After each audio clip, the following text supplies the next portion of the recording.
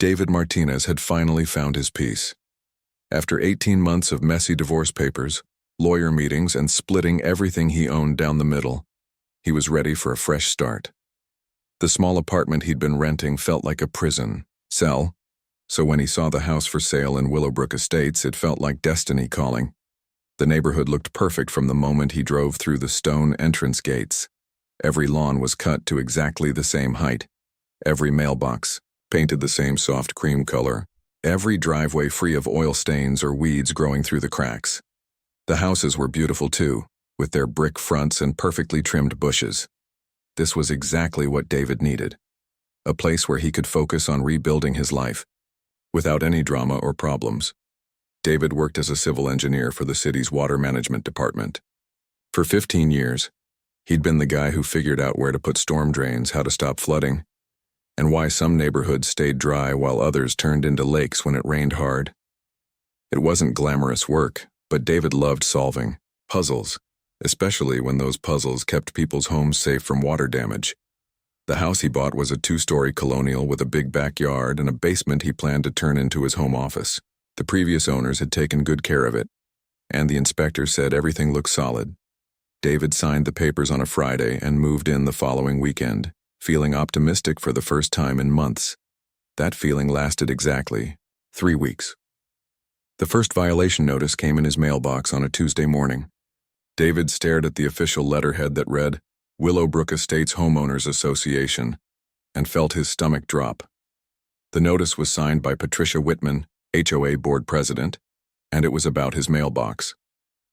According to the letter, David's mailbox was painted in non-regulation beige instead of the required approved community cream. The difference was so small that David had to hold paint samples up to his mailbox in direct sunlight to even see what they were talking about. The fine was $150, due within 10 days. David called the HOA office, hoping to explain that the mailbox had been that color when he bought the house. The woman who answered the phone told him that didn't matter. New homeowners were responsible for bringing everything up to current standards within 30 days of moving in. She suggested he read his HOA handbook more carefully. David hadn't realized there was an HOA handbook. It turned out to be a 47-page document filled with rules about everything from what color you could paint your front door to what kind of flowers you were allowed to plant. There were rules about garbage can placement, outdoor decorations, and even what time of day you could water your lawn. Not wanting to start his new life with a fight, David paid the fine and repainted his mailbox. He figured that would be the end of it. He was wrong. 2 weeks later, another violation notice arrived. This time his grass was exceeding the maximum allowable height of 2.5 inches. David measured his grass with a ruler and found some blades that were exactly 3 inches tall. The fine was another $150.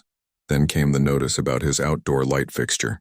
The previous owners had installed a decorative lantern-style light beside the front door. According to the HOA, it wasn't on the approved list of fixtures for his section of the neighborhood. That violation cost him $200 plus the expense of buying and installing a new light. Next, they complained about the decorative stones in his flower beds. The stones were too large and the wrong color. David had to replace them with smaller approved stones that cost twice as much at the only supplier the HOA would accept. By his 3rd month in Willowbrook Estates, David had paid over $700 in fines and spent another $1,000 fixing things that weren't actually broken. He was starting to understand why the previous owners had moved away. But David's real problem started when he began noticing issues that actually mattered. As someone who spent his days thinking about water flow and drainage, David couldn't help but notice things that most people would miss. During his morning walks around the neighborhood, he saw storm drains that seemed too small for the area they needed to handle. He noticed that some of the newer decorative retention ponds had been built in low-lying areas where water would naturally collect anyway, which defeated their purpose. Most concerning was the recent construction work the HOA had been doing. They called it a beautification project, but David could see they'd been moving around storm drains and redirecting water flow without seeming to understand how everything connected underground. One morning, David was walking past the community's main retention pond when he noticed something that made him stop in his tracks. The pond's outlet pipe was way too small for the size of the pond. If they ever got a serious rainstorm, that little pipe would never be able to handle all the water trying to flow out. The water would have nowhere to go except over the sides and into the surrounding yards. David spent that weekend walking around the entire neighborhood, taking notes and photos. What he found worried him. The HOA's recent modifications had created a drainage system that looked nice but didn't actually work the way it was supposed to. They'd prioritized appearance over function, and that was a recipe for flooding. As a professional engineer, David felt obligated to say something. He spent the following week putting together a detailed report explaining the problems he'd identified and suggesting solutions. The fixes wouldn't be cheap, but they were necessary to prevent serious water damage to people's homes. David submitted his report to the HOA board through their official channels and requested to speak at the next monthly meeting. He figured they'd be grateful for free professional advice from someone who did this kind of work for a living. The response he got was nothing like what he expected. Patricia Whitman called him 2 days after he submitted the report.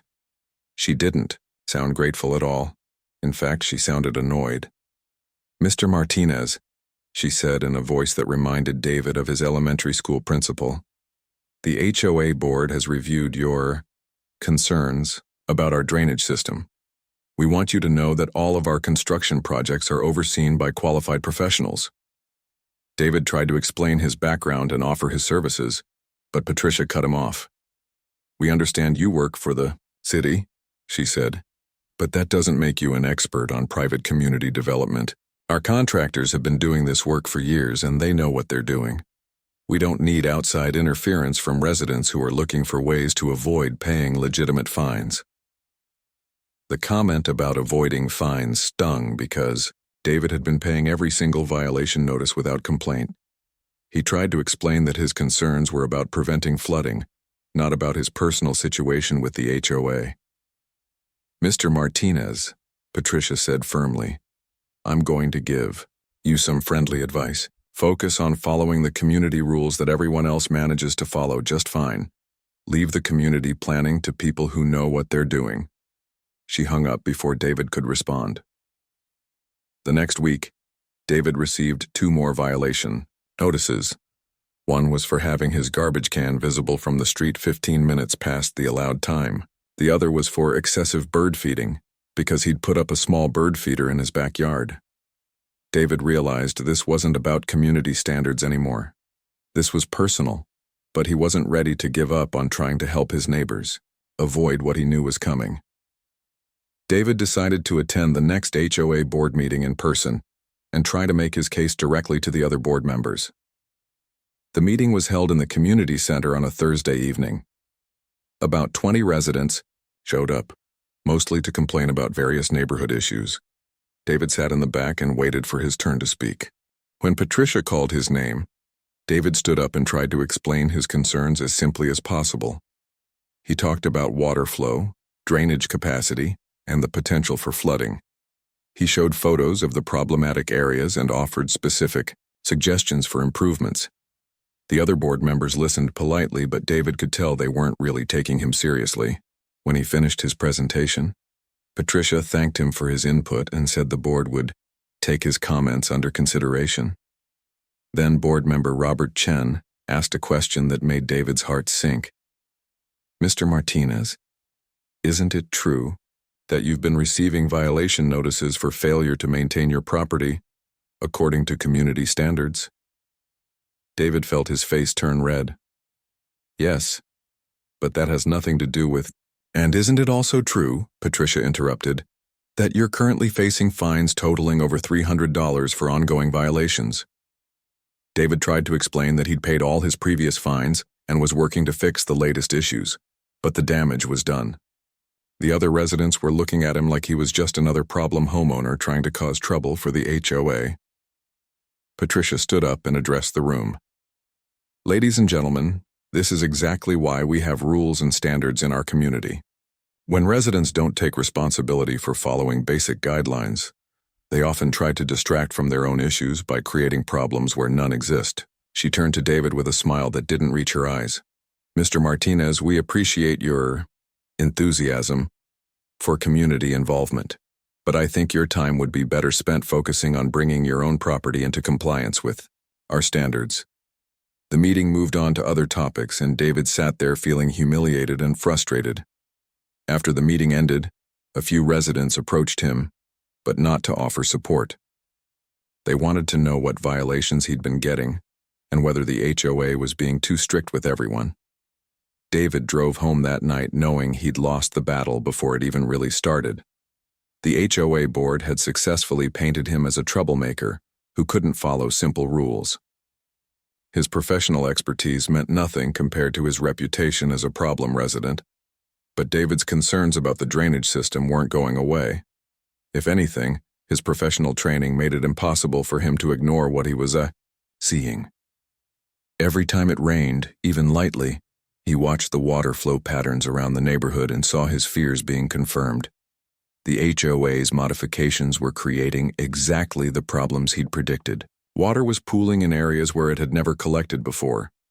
Some residents were starting to complain about soggy yards and standing water, but the HOA dismissed these complaints as normal seasonal issues. David continued documenting everything, he observed, taking photos after every rainfall and keeping detailed notes about water levels and flow patterns. He told himself he was just being thorough, but deep down, he knew he was preparing for something bigger. He just didn't know yet how big it would actually be. 3 months had passed since David's embarrassing encounter at the HOA meeting. The violation notices kept coming like clockwork. His fence needed power washing, his garden hose was visible from the street, his car was parked 2 inches over his driveway line. Each fine felt like Patricia's way of reminding him to stay in his lane and stop questioning the board's decisions. David had mostly given up trying to convince anyone about the drainage problems. His neighbors were polite enough when they saw him, but nobody wanted to hear about stormwater management or engineering concerns. They just wanted their property values to stay high and their neighborhood to look perfect. But David couldn't turn off his engineer brain. Every morning when he left for work, he noticed how water collected in certain spots after rain. Every evening when he came home, he saw the stress cracks forming in the decorative retention pond walls.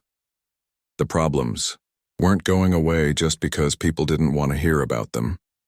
Summer arrived with its usual pattern of afternoon thunderstorms. Most of them were quick 20-minute downpours that cooled things off and watered the lawns. David watched each storm carefully, taking mental notes about how the water moved through the neighborhood. The HOA's modifications were creating exactly the flow patterns he'd predicted, but nothing catastrophic had happened yet. That changed on the first Tuesday of August. The weather forecast that morning called for scattered showers and possible thunderstorms in the afternoon. Nothing unusual for that time of year. David went to work like normal, spent his day reviewing drainage plans for a new shopping center, and headed home around 5:30. The sky looked threatening when he pulled into his driveway, but it had looked that way dozens of times that summer. David grabbed his mail, noticed another HOA violation notice in the stack, and went inside to make dinner. He figured he'd deal with whatever trivial complaint Patricia had found this time after he ate. The rain started around 7 o'clock while David was watching the news. It began as a gentle patter against his windows, the kind of peaceful sound that made him think about taking a nap on the couch. But within 10 minutes the gentle patter had become a steady drumming, and by 7:15 it sounded like someone was throwing buckets of water at his house. David walked to his front window and looked out at the street. The storm drains were handling the water flow, but they were working harder than he'd ever seen them work. Water was rushing down the gutters faster than it could disappear into the drains. That's when David remembered something that made his stomach clench. The Weather Service had issued a flash flood watch for the area that afternoon, but those watches were so common during summer that most people ignored them. This storm was bigger than the forecast had predicted. David grabbed his phone and checked the weather radar. What he saw made him swear under his breath. A massive line of thunderstorms was moving through the area, and they were moving slowly. Instead of the usual quick downpour, this system was going to dump rain on them for hours. He immediately thought about the retention pond and the undersized outlet pipe he'd tried to warn the HOA about. During a normal storm, that little pipe could barely handle the water flow. During a storm like this, it wouldn't have a chance. David tried calling the HOA emergency line. The phone rang 4 times before going to voicemail. He left a message, explaining that the retention pond was likely to overflow and that they needed to open the emergency spillway valve if there was one. 20 minutes later, he called again. Still voicemail. By 8 o'clock, the rain was coming down so hard that David couldn't see across the street. He put on his rain jacket and walked out to his front yard to check the storm drains. Water was backing up out of the drains and spreading across the street. The system was overwhelmed. David tried the HOA emergency line again. This time someone answered. "This is Patricia Whitman. What's your emergency?" "Patricia, this is David Martinez. The retention pond is going to overflow if this rain keeps up. The outlet pipe can't handle this volume of water. You need to—" "Mr. Martinez," Patricia interrupted. "I'm not going to discuss your theories about our infrastructure during an emergency situation. If you have an actual emergency, please state it clearly." "This is an actual emergency," David said, raising his voice over the sound of the rain. "The pond is going to overflow and flood the houses around it. I'm trying to help prevent property damage." "Mr. Martinez, our systems are designed by professionals to handle normal weather conditions. If you're experiencing flooding on your property, that's an issue with your individual drainage, not a community problem." The line went dead. David stood in his driveway, water running off his rain jacket, staring at his phone in disbelief. He'd just tried to prevent a disaster, and the HOA president had hung up on him. But David wasn't giving up. He called the city's emergency services line and explained the situation to the dispatcher. She took down his information and said she'd send someone to check on the retention pond when they could get a crew out safely. David went back inside, but he couldn't sit still. He kept walking to different windows, watching the water levels rise in his yard and on the street. At 9:30, he decided to drive over to the retention pond to see how bad things were getting. The trip that normally took 3 minutes took 15 because of the flooded streets. When David finally reached the pond, his worst fears were confirmed. The water level was just inches below the top of the decorative stone wall that surrounded it. The tiny outlet pipe was completely overwhelmed, barely trickling compared to the massive amount of water pouring in from the storm drains. David took photos and video with his phone, documenting what he was seeing. Then he called the HOA emergency line one more time. "What now, Mr. Martinez?" Patricia answered, sounding irritated. "The retention pond is about to overflow," David said. "I'm standing here looking at it right now. The water level is almost at the top of the wall." "That's impossible. Our pond is designed to handle significant rainfall." "I'm sending you photos right now," David said, uploading the images to his phone. "You need to get someone out here to open any emergency valves or spillways." "Mr. Martinez, I'm not going to panic over photos that could have been taken anywhere at any time. Our infrastructure is sound," David wanted to scream. Instead, he tried one more time to make her understand. "Patricia, I've been doing this kind of work for 15 years. I know what I'm looking at. This pond is going to overflow within the next hour, and when it does, it's going to flood every house on the lower end of Maple Street. Mr. Martinez, if you continue to harass the HOA with false emergency reports, we'll be forced to take disciplinary action." She hung up again. David drove home through streets that were now completely flooded. Water was coming up over his car's door sills. He'd never seen the neighborhood like this. When he got back to his house, David realized he had a bigger problem than he'd thought. His house was built at the bottom of a small slope, right where several storm drains were supposed to carry water away from the neighborhood. But those drains were backing up and water was starting to pool in his yard. David spent the next hour moving everything he could from his basement and ground floor. His photo albums went upstairs. His computer and electronics went upstairs. His important documents went upstairs. He was probably being overly cautious, but his engineering instincts were screaming at him that something bad was about to happen. At 11:15, David's phone rang. It was his neighbor Tom from across the street. David, are you seeing this water in your yard? I've never seen anything like this. It's bad, Tom. How's your house holding up? We've got some water in the basement, but it's not too serious yet. But David, you need to look at the retention pond. I just drove past it and it looks like it's about to overflow. David felt his heart racing. Tom, you need to get your family and anything valuable to higher ground. This is going to get worse before it gets better. Are you serious? It's just a rainstorm. Trust me on this one, Tom. Please. David hung up and tried the HOA emergency line one more time. This time, the call went straight to voicemail. He left a detailed message explaining exactly what was about to happen and when. Then David did the only thing he could do. He went upstairs, sat by his bedroom window, and watched the disaster unfold. At 2:47 in the morning, David was jolted awake by a sound like a freight train. He ran to his window and looked out at a scene that would give him nightmares for years. The retention pond had finally given up. Water was pouring over the decorative stone walls like a waterfall, rushing down the street toward his house and a dozen others. Streetlights reflected off the moving water, creating an almost beautiful scene that was absolutely terrifying. David grabbed his phone and started recording video. The water was moving fast, carrying lawn furniture, garbage cans, and pieces of fencing. It looked like a river had suddenly appeared in his neighborhood. Within minutes, the water reached David's house. He watched from his upstairs window as it poured into his basement windows and under his front door. His first floor disappeared under 4 feet of muddy, debris-filled water in less than 30 minutes. David called 911, but the dispatcher told him they already had crews responding to flooding throughout the area. They were overwhelmed with emergency calls, and it might be hours before anyone could reach him. So David sat in his bedroom, listening to his house being destroyed, and watched his neighbors' homes suffering the same fate.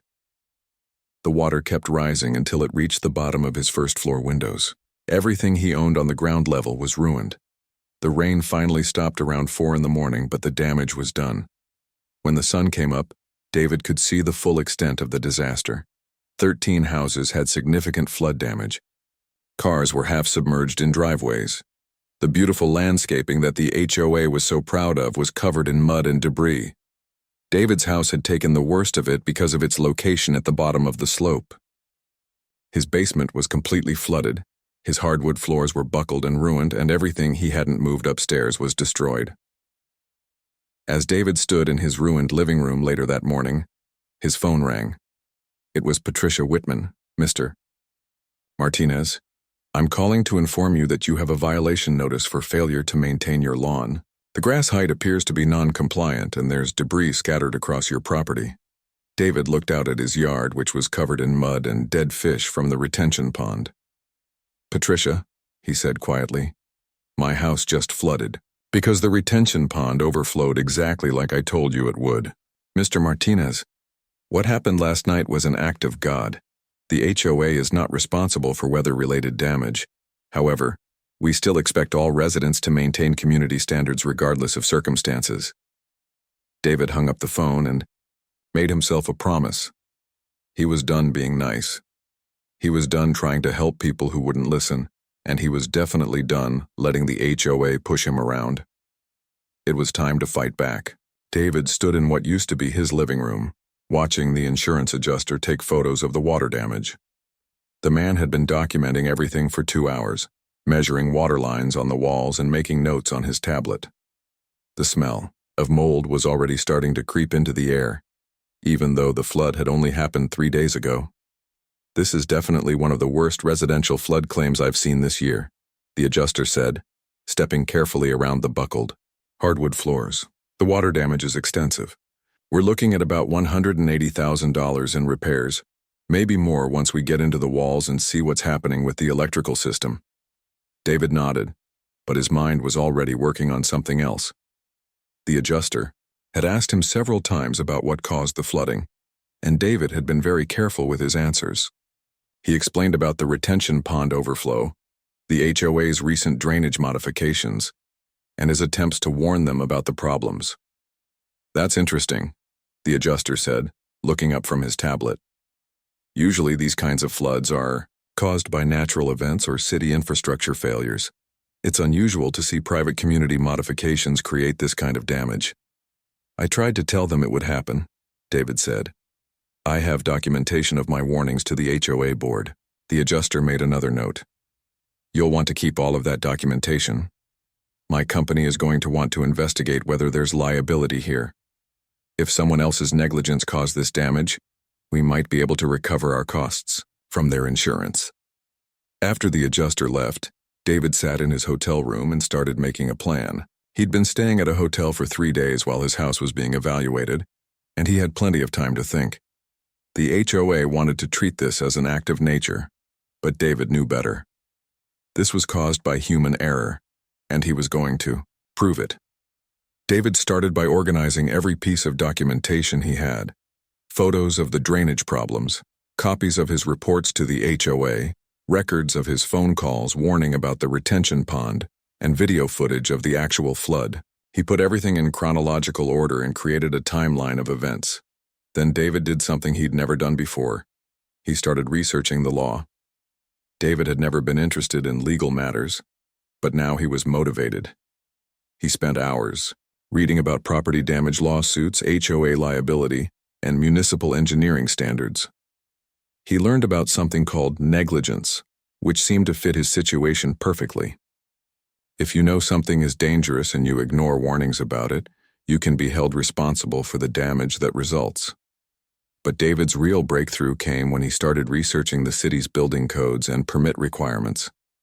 He discovered that any modifications to community drainage systems required permits from the city engineering department. The plans had to be reviewed and approved before any work could begin. David called the city's engineering office and asked to speak with someone about the permits for Willowbrook Estate's recent drainage modifications. The woman who answered the phone put him on hold for several minutes before coming back with an answer that made David's heart race.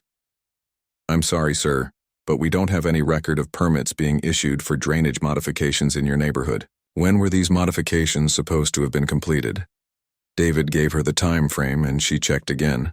Still no permits on file. Sir, if major drainage work was done in your community without permits, that would be a serious violation of city codes.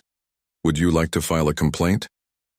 David absolutely wanted to file a complaint, but he was smart enough to know he needed more information first. He asked the woman to send him copies of the permit requirements and violation procedures.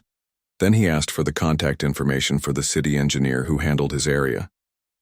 That evening, David drove through the neighborhood taking detailed photos of all the drainage modifications the HOA had made.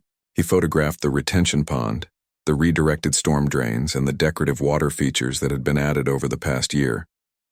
He also took pictures of the flood damage that was still visible on other houses. David realized he wasn't the only one who'd been affected by the flooding. 12 other houses had suffered water damage, though none as severe as his. Most of his neighbors were dealing with their insurance companies and trying to get their lives back to normal.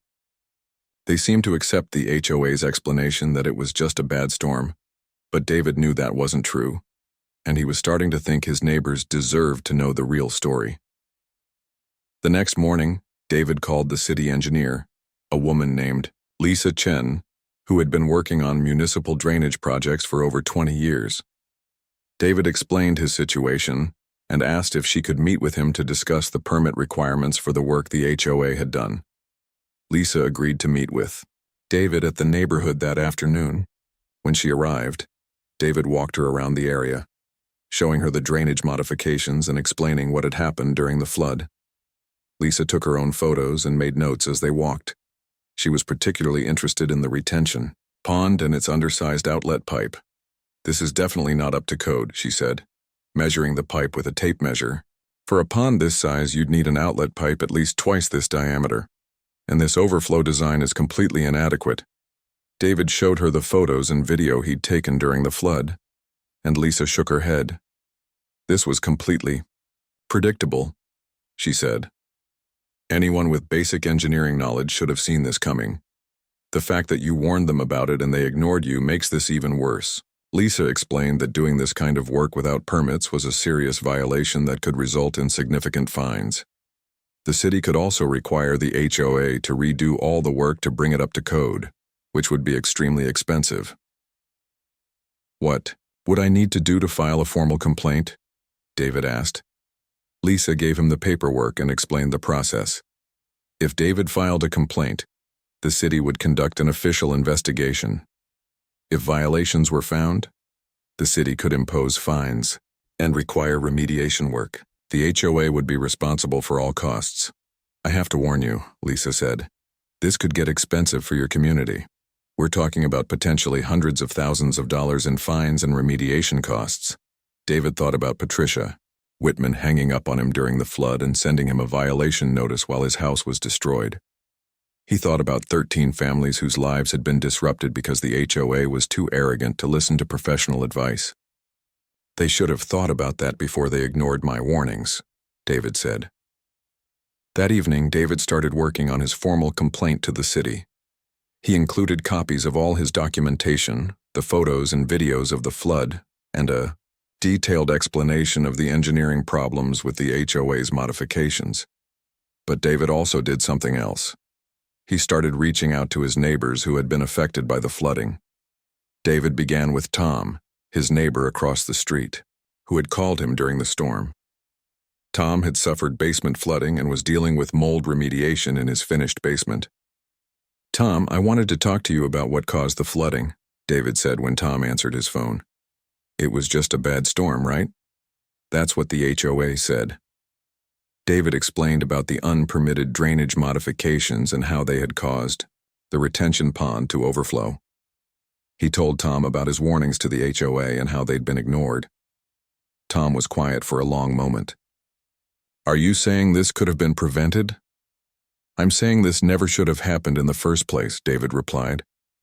And I think you and the other affected families deserve to know the truth. David had similar conversations with several other neighbors over the next few days. Some of them were skeptical at first, but when David showed them the documentation and explained the engineering problems, they started to understand what had really happened. More importantly, they started to get angry. Janet Wilson, whose basement had flooded and destroyed her late husband's workshop, was particularly upset when she learned the truth. You mean they knew this could happen and they did nothing? She asked. Worse than that, David said. They accused me of making false emergency reports when I tried to warn them during the storm. Janet had been dealing with the HOA for years over various petty violations. Learning that their negligence had caused thousands of dollars in damage to her home was the last straw. What can we do about this? She asked. David explained about the city complaint he was filing and the potential for legal action against the HOA. He also mentioned that his insurance company was investigating whether they could recover their costs from the HOA's insurance. Would you be willing to join me in filing complaints with the city? David asked. The more people who come forward, the stronger the case becomes. Janet didn't hesitate. Absolutely. What do I need to do? Over the next week, David helped 6 other flood victims file complaints with the city. Each complaint included documentation of the damage, photos of the flooding, and copies of David's engineering analysis of the drainage problems. David also made another important discovery. While researching the HOA's recent activities, he found out that several of the contractors who had worked on the drainage modifications were owned by companies connected to HOA board members. The landscaping company that had installed the decorative retention pond was owned by Patricia Whitman's brother-in-law. The construction company that had moved the storm drains was owned by board member Robert Chen's business partner. This meant the HOA board had potentially been awarding contracts to their friends and family members without proper bidding or oversight. David wasn't sure if this was illegal, but it definitely looked suspicious. David compiled all of this information and added it to his complaint. He also started looking into the HOA's financial records, which were supposed to be available to all homeowners upon request. When David requested copies of the financial records, Patricia Whitman told him he would need to submit a written request and pay a processing fee. David submitted the request and paid the fee, but the records he received were incomplete and didn't include details about the contractor payments. This raised even more red flags for David. Why would the HOA be reluctant To share information about how they were spending homeowner fees, David started attending HOA board meetings again, but this time he wasn't there to ask for help. He was there to observe and document. He noticed that the board members seemed nervous and defensive when residents asked questions about the flooding and the drainage system. At one meeting, a resident asked if the HOA planned to make any changes to prevent future flooding. Patricia Whitman responded that the flooding was caused by an unprecedented weather event and that their systems had performed as designed. David stood up and asked if the HOA had obtained permits for the drainage modifications. Patricia tried to deflect the question, but David pressed the issue. Finally, board member Robert Chen admitted that they had relied on their contractors to handle all necessary paperwork. That was exactly what David needed to hear. The HOA board had either failed to obtain required permits or had delegated that responsibility to contractors who had also failed to get permits. Either way, the work had been done illegally. After the meeting, several residents approached David to ask about the permit issue. Word was starting to spread that there might be more to the flooding story than the HOA was admitting. David realized he was building momentum. His documentation was solid, his neighbors were starting to support him, and the city was taking his complaints seriously. But he also knew that Patricia Whitman and the HOA board weren't going to give up without a fight. Chapter: Real battle was just beginning. David woke up on a Thursday morning in October to find an official-looking envelope from the city engineering department in his hotel mailbox. His hands were shaking slightly as he opened it, even though he'd been expecting this letter for weeks. The investigation was complete. The city had found multiple violations of municipal codes in the HOA's drainage modifications. All of the work had been done without proper permits. The retention pond design was inadequate for the drainage area it served. The storm drain redirections violated established water flow patterns. Most damning of all, the city engineer concluded that the flooding could have been prevented if the work had been done according to code. David sat in his hotel room reading the letter 3 times to make sure he understood everything. The city was imposing immediate fines totaling $500,000. The HOA had 60 days to submit plans for bringing all drainage systems up to code. The estimated cost for the remediation work was over $2.8 million. David's phone started ringing almost immediately. It was Lisa Chen from the city engineering department. "David, I wanted to call you personally to let you know that your complaint triggered one of the most significant code enforcement actions we've taken in years," she said.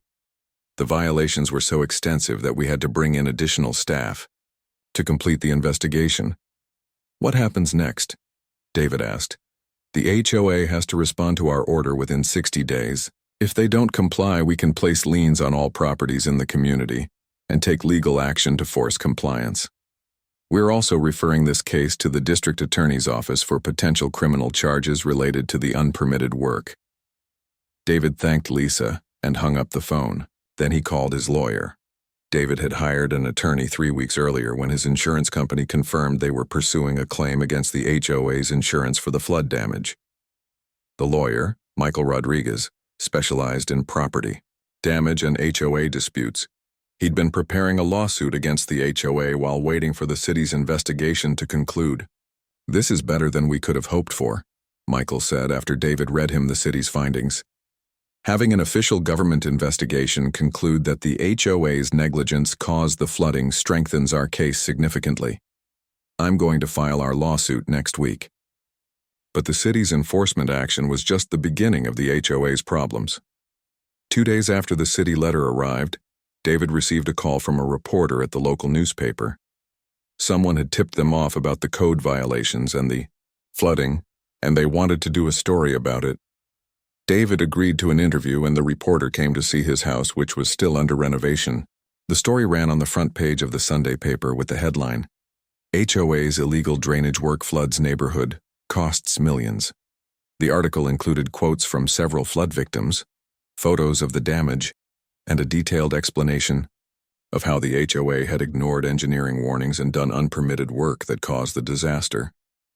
Patricia Whitman declined to comment for the story, but the article mentioned that she had hung up on residents who tried to warn her during the flooding. The newspaper story changed everything.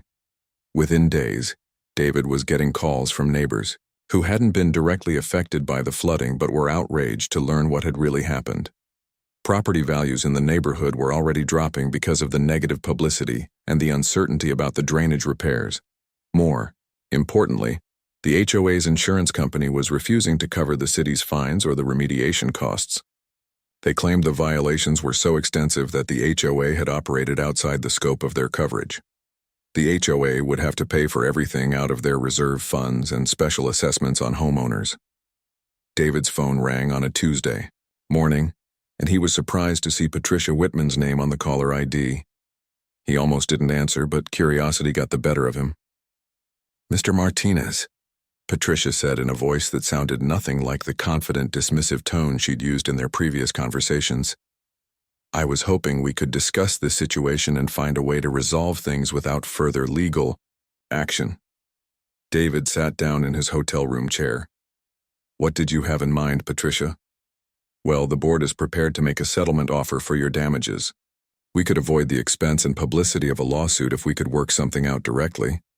David almost laughed. "Patricia, you hung up on me when I tried to warn you about the flooding. You sent me a violation notice while my house was destroyed. You told everyone this was an act of God when you knew your modifications caused it. Why would I want to make a deal with you now?" There was a long pause on the other end of the line. "Mr. Martinez, if this legal action continues, it's going to cost every homeowner in this community a lot of money. The special assessments alone could be $8,000 per household. Don't you care about your neighbors?" David felt his anger rising. "I cared about my neighbors enough to try to prevent this disaster in the first place. Where was your concern for the community when you were doing unpermitted work and ignoring safety warnings?" "The board made some mistakes," Patricia admitted, "but taking this to court isn't going to help anyone. It's just going to make the lawyers rich." "Patricia, 13 families lost their homes and belongings because of your mistakes. My neighbors deserve to know the truth about what happened and who was responsible. A settlement that covers up the facts doesn't help anyone except the people who caused this mess." Patricia tried to argue, but David had heard enough. He told her to contact his lawyer if she wanted to discuss settlement terms and hung up. The next day, David received an even more interesting phone call. It was from Janet Wilson, his neighbor whose basement had been flooded. "David, I just got a call from Patricia Whitman," Janet said. "She offered to pay for my basement repairs if I would withdraw my complaint to the city and agree not to talk to reporters about the flooding." David wasn't surprised. "Did she make the same offer to the other flood victims?" "I think so. I talked to Tom, and he got a similar call. But David, there's something else. My husband used to work in construction, and he looked at the contracts the HOA signed for the drainage work. He thinks there might be something fishy about the bidding process." David asked Janet to explain what her husband had found. He said the amounts the HOA paid were way higher than they should have been for that kind of work. And all the contracts went to companies that have connections to board members. He thinks they might have been overcharging the HOA and splitting the profits. This was exactly what David had suspected when he researched the contractor connections. If the HOA board members had been taking kickbacks from contractors, that would explain why they were so resistant to outside oversight of their projects. David asked Janet if her husband would be willing to look at more of the HOA's financial records. She said he would be happy to help. Over the next 2 weeks, David and his neighbors conducted their own investigation of the HOA's finances. What they found was shocking. The HOA had spent over $400,000 on drainage, modifications that should have cost half that amount. The landscaping contracts were similarly inflated. Several board members had approved payments to companies they had personal or family connections to without getting competitive bids. Even worse, the HOA had been borrowing against their reserve funds to pay for these projects, leaving the community with inadequate emergency funds when the flooding disaster struck. David compiled all of this evidence and turned it over to both his lawyer and the district attorney's office. The financial irregularities suggested that HOA board members might have been personally profiting from community projects while putting residents at risk. The district attorney's office opened a criminal investigation into the HOA's financial practices. Local news stations picked up the story, and suddenly David found himself being interviewed on television about HOA corruption and the flooding disaster. The publicity was devastating for the HOA board. Patricia Whitman resigned from the board, followed by 2 other members who had been involved in approving the questionable contracts. Emergency elections were called to replace them. But the biggest victory came when David received a call from HOA, his insurance company. They had successfully negotiated a settlement with the HOA's insurance carrier that would cover not only David's damages, but also provide additional compensation for the disruption to his life. The settlement amount was $320,000, more than enough to repair his house and compensate him for months of living in hotels and dealing with the aftermath of the flood. However, the real satisfaction came from seeing the changes in the neighborhood. The new HOA board, elected by residents who were fed up with the previous leadership, immediately hired professional engineers to design a proper drainage system. They implemented new policies requiring competitive bidding for all contracts and independent oversight of major projects. Most importantly, they listened to residents' concerns and treated engineering expertise with the respect it deserved. The drainage system repairs took 8 months to complete, but when they were finished, the neighborhood had one of the most advanced and effective stormwater management systems in the city. Property values not only recovered but increased because of the improved infrastructure. David moved back into his renovated house in the spring. The flood damage had been completely repaired, and he'd used the insurance settlement to make improvements that made his house even better than it had been before. On the first anniversary of the flood, David was working in his garden when Tom walked over from across the street. "You know, David, I owe you an apology," Tom said. "When you first started talking about drainage problems, I thought you were just being difficult. I didn't realize you were trying to protect all of us." David stood up and brushed the dirt off his hands. "I wasn't trying to be a hero, Tom.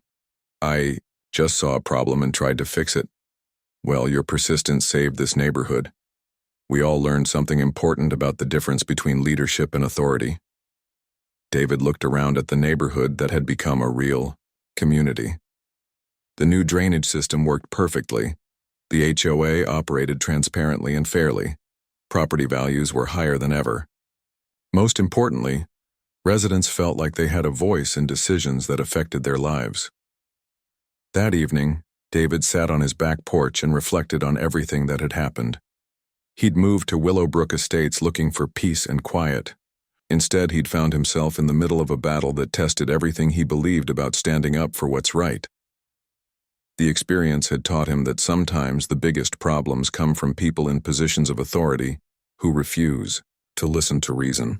But it had also shown him that persistence, documentation, and a willingness to fight for the truth could overcome even the most entrenched opposition.